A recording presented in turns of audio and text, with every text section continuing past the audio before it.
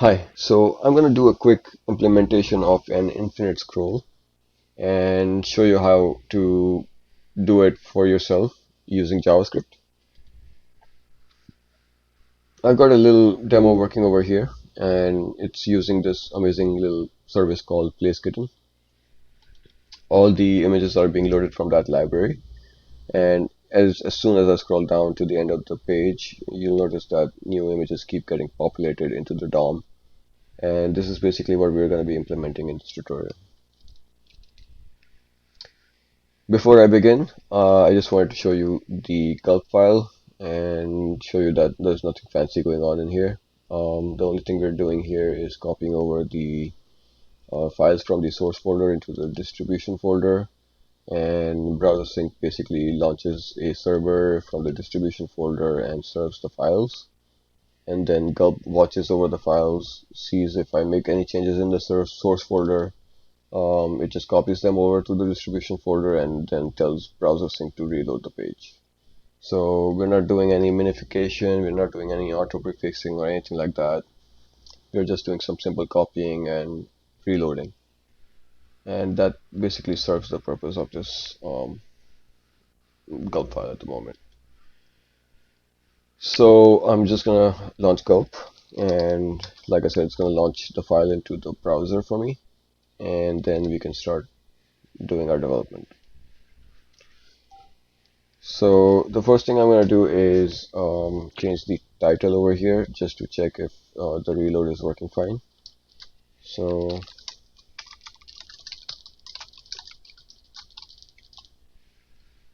the reload seems to be working fine, and that's awesome. The second thing I'm going to do is just get rid of this h1, and I'm going to call it, add in a div with a class called container. And then we're going to just add in a new file. Actually, we're going to add a new folder called JavaScript JS, and then add a file called infinite scroll.js. Okay, so since we created this file, we're going to have to attach it to our HTML file for it to work. Sorry, script type equals text JavaScript, and source is the file we just created. And while I'm at it, I'm just going to add in a style sheet.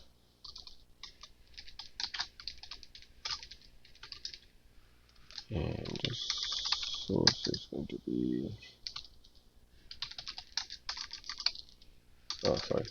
style.css. So that should do that, and I should create a file, a folder called css and a file called style.css. Okay, so let's start by adding an image to the DOM using JavaScript. And to do that, I'm just going to create a function called add image to DOM. And the first thing this is going to do is add a div element to the DOM. And then this div element will have also the div element will contain an image element with our image coming from the PlaceKitten service. So to add an image, the div element to the DOM, we need to know where we're going to be adding it to. So I'm just going to identify the container as document.query, query selector container, and then the container will obviously be the one we are gonna append, but not right now. We're gonna need to create the div to append to it first. So the image div is going to be a new element, and we're gonna give it a class called 1/4 since I want four images per row, so I'm just gonna call it 1/4, and then this div element will contain an image element. So let's create an image element, and we can add the source, which is basically the URL of the image, to the image element using our service over here. So I'm just going to copy this link and add it in here as the URL, and then obviously we need to append this image element to the image div, and then we can append the image div to the container, and that should basically place the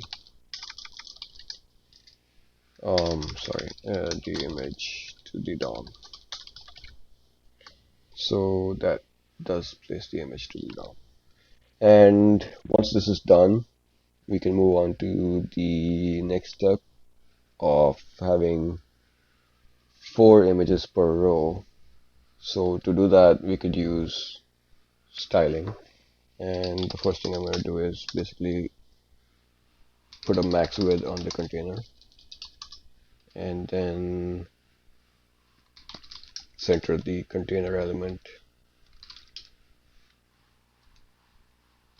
and then the second thing we're going to do is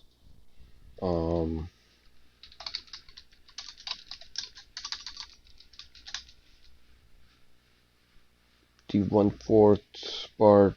I guess we could wait till we add more images to the DOM, and adding more images to the DOM is pretty easy now. So to do that, we just create a new function called add images to DOM, and this function will take a parameter called num, and then it's gonna have a for loop inside, and this for loop will basically run the add image function as many times as num. So to populate the page with, let's say, 15 images, all we need to do is add images to DOM, and then tell it to populate it with 15 images, and there you go, it does that. So we've got 15 images in the DOM now. And to fix the styling, all we need to do is first make the container display as flex, and the second thing I'm going to do is enable flex wrap so it doesn't squish all the images into the container into one line basically, so it just moves it to the second line.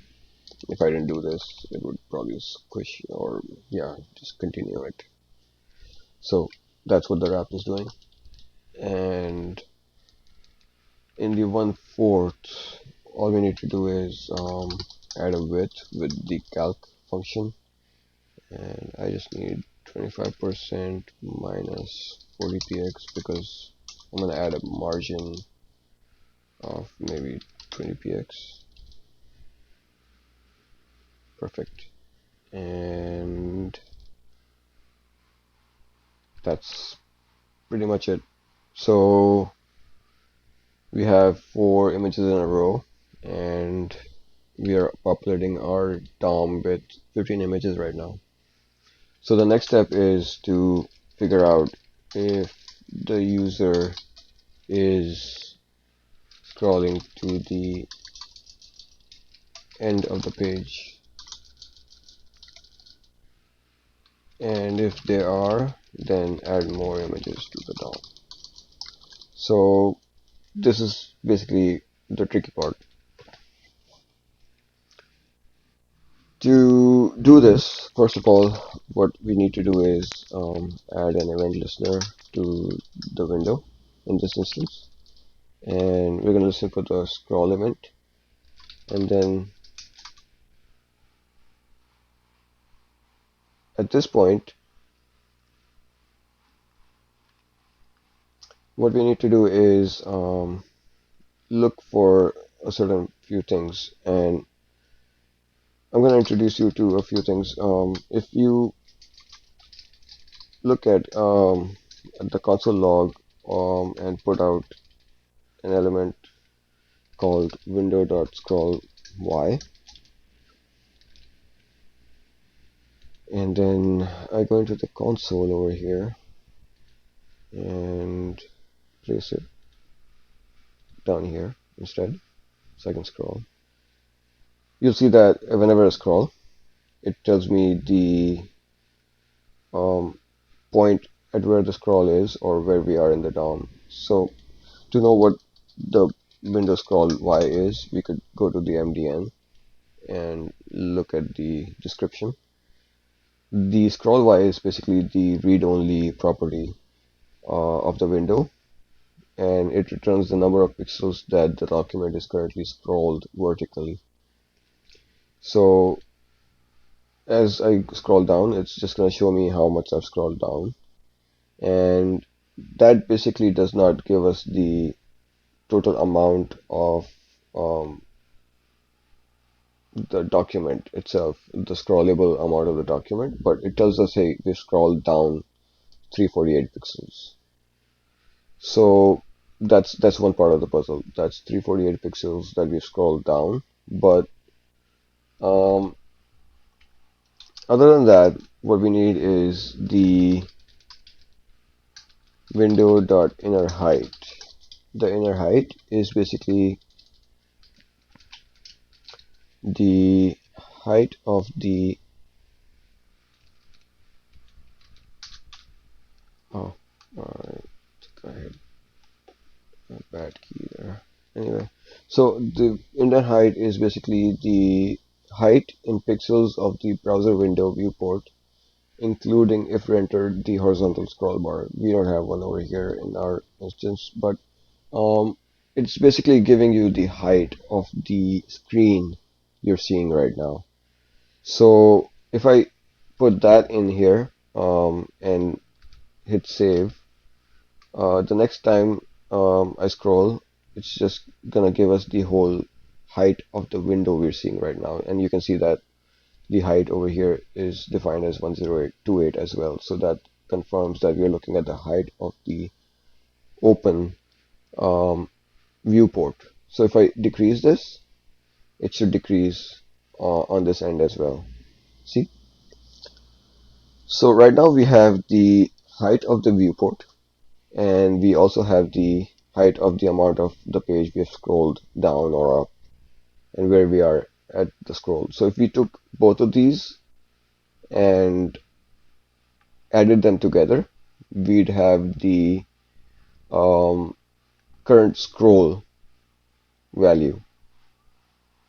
Now that we have the current scroll value, which is basically combining both of these,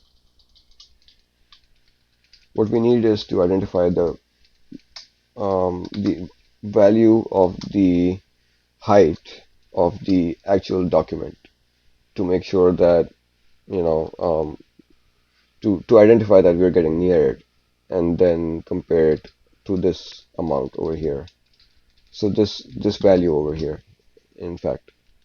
So the value of window.scroll y plus window.innerHeight equals to the value of the current scroll, or where we are in the DOM at the moment. And what we need right now is the value of the actual size of the DOM, the actual height of the DOM. To get the value of the actual height of the DOM, we need to look for the document element dot scroll height. So we're looking at the read-only property, which is the measurement of the height of an element's content, including content not visible on the screen due to overflow. So this is basically going to give us the height of the body element or the document itself. So to identify the height, what I'm going to do is I'm just going to console log it out as well. So what I'm going to do is I'm just going to say document dot document element dot scroll height, and this should give us the height of the document itself, which is 1376 over here.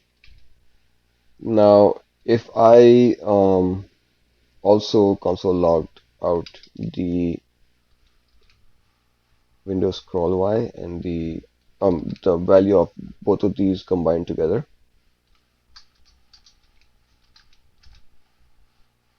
you'll see that when I scroll down, they're both equal to each other. This is basically telling us that we have the equal, we're basically in the right spot. We have the right values. But what I want to do is I want to make sure that before we reach the end, the document has already been populated with more images. So what I'm going to do is I'm gonna basically do a comparison over here, and what I'm going to do is make an if statement asking basically is the window scroll Y plus window dot inner height plus 100 pixels greater than or equal to the document element dot scroll height, which is the height of the entire DOM document itself.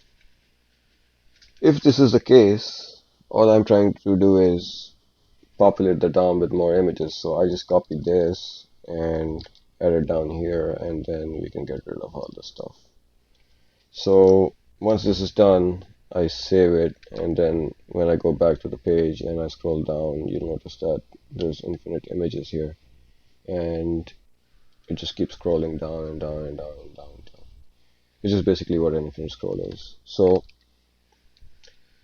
I hope you guys enjoyed this and learned a few things about from it. If you have any questions, feel free to ask me in the comment section. And if you have any requests for videos like this, let me know. If you would like to see more videos like this, please let me know. And I guess that's about it for today. Thank you.